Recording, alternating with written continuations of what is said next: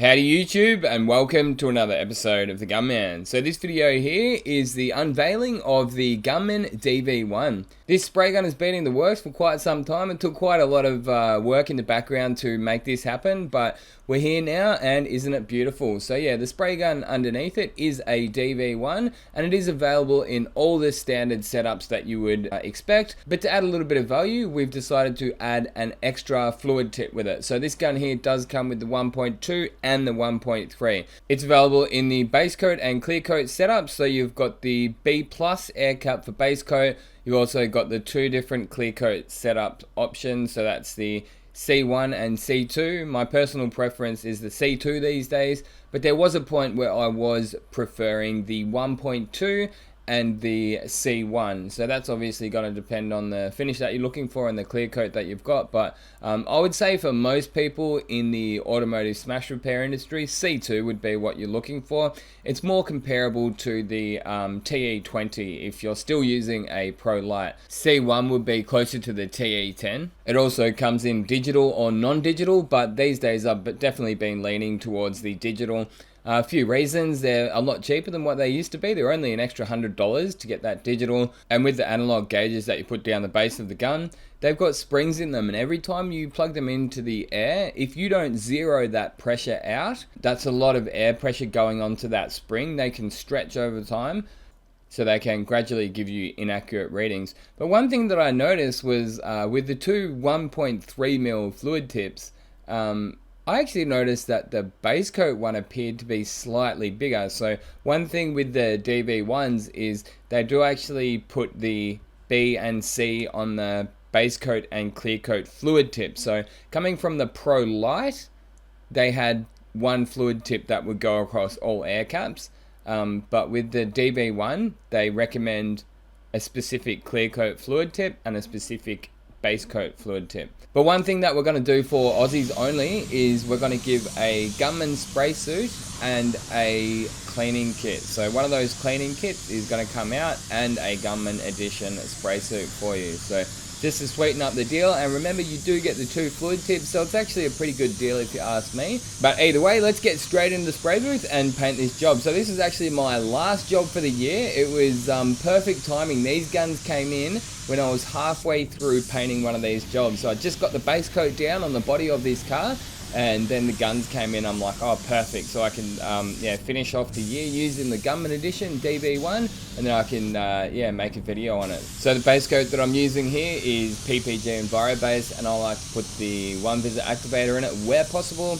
Obviously don't always use it, but yeah, I do actually find the one visit activator a little bit more user friendly potentially than the Axalta stuff. You don't get any of the profiling. So good example is these little bumperettes here. I actually found a couple of big chunks of dust in them. I was able to sand them out and flick a little bit more base coat over the top of that, and you don't get that gloss drop or profiling that you do get with the Stando Blue. Like with Stando Blue, you pretty much, if you don't get it right the first time, yeah, you're in a little bit of trouble. So this is a job that I was mentioning before. I got the base coat down with the Gunman Edition Pro, GTI Pro, that blue one which you may have seen in another video. And as I was cleaning the guns out and mixing the clear up, the girl came in with the Gunman Edition DV1. So yeah, absolutely made my day, made my year. Just squeezed it in before the end of the year, so that was pretty cool. But yeah, the clear coat that I'm using on this job here is the PPG Autothane. It is their budget clear. It's not the best, but it's not the worst. I sort of actually struggled on this roof to get it to sort of flow out. One thing I've noticed about this clear is it takes longer to dry than the 131, which I'm used to, but it flashes off faster. So it was actually quite a warm day. It's warming up here in Australia. It's like pretty much the middle of summer now. And I sort of did struggle to get it down nice and smooth on that roof. Like the sides are just fine, especially for a Honda. The paintwork on these Hondas are notoriously bad. Like they really don't last. They sort of fly under the radar because Mazdas are particularly bad as well for, say, chipping and fading. But yes, as someone who lived in Perth with that high UV, you see just as many Hondas with the paint fading and failing. So Whenever I do sort of make a mention to that, a lot of people from, you know, North America, US, Canada and stuff like that, they'll chime in and say, hey man, like we use our Honda and they're just fine. So I guess in those colder climates that have more snowy weather, and maybe they're just fine because you don't have the UV, but here in Australia, these Hondas, the clear coat just breaks down in no time. So the reality of it is, even though we are using this auto-thane clear, it's probably gonna last longer than the rest of the car. But yeah, this car here was basically a respray. It was guards back, or fenders as my Americans would call it.